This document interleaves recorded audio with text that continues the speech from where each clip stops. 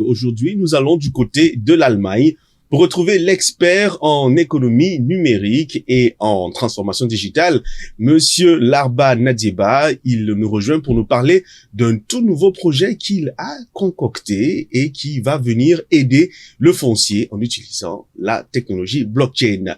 Monsieur Larba Nadieba, bonjour. Lorsqu'on vous dit aujourd'hui blockchain, à quoi est-ce que vous pensez? À quoi ça rime pour vous?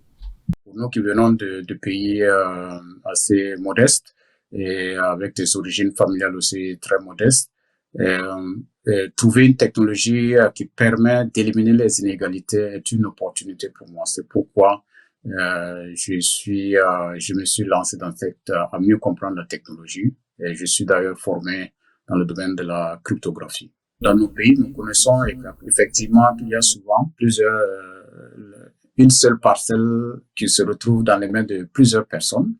Et nous savons ce que ça veut dire, ce que ça apporte comme source de conflit et comme tension. Mais au-delà des propriétés à usage d'habitation, il y a aussi, surtout, quand on va dans les villages, notamment si on va dans la zone, par exemple, de l'Est du Burkina, nous savons qu'il y a de plus en plus la montée en puissance, ou du moins l'utilisation des conflits communautaires pour recruter des jeunes pour aller contre l'État, le terrorisme. Le e-foncier, c'est une plateforme de gestion du foncier et que nous travaillons à mettre en place pour le Burkina Faso, l'Afrique. C'est difficile pour les femmes, par exemple, d'avoir accès à la terre. Comment est-ce que e-foncier va remédier à cela? Alors, dans notre concept, nous avons essayé de mettre en place une sorte de conseil des sages. Et le conseil des sages sera mis en place avec des gens que nous considérons comme des acteurs clés de la société dans une zone bien déterminée. La propriété, d'habitude, ça revient à l'homme. La parcelle revient à l'homme.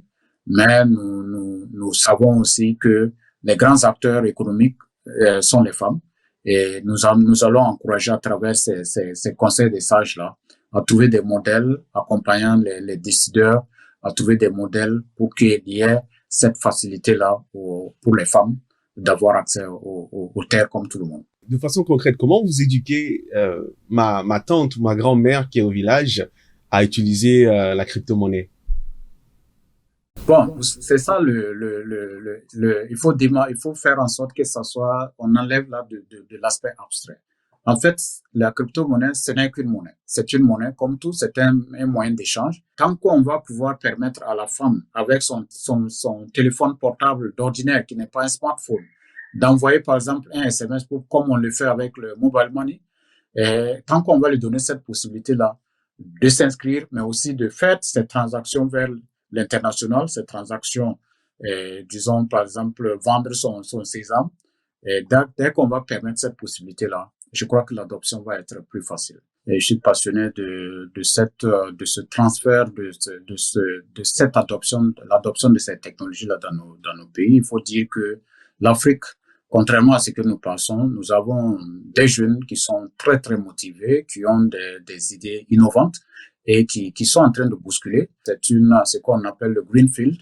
Et l'adoption greenfield est plus facile que de venir installer de venir intégrer sur des systèmes existants.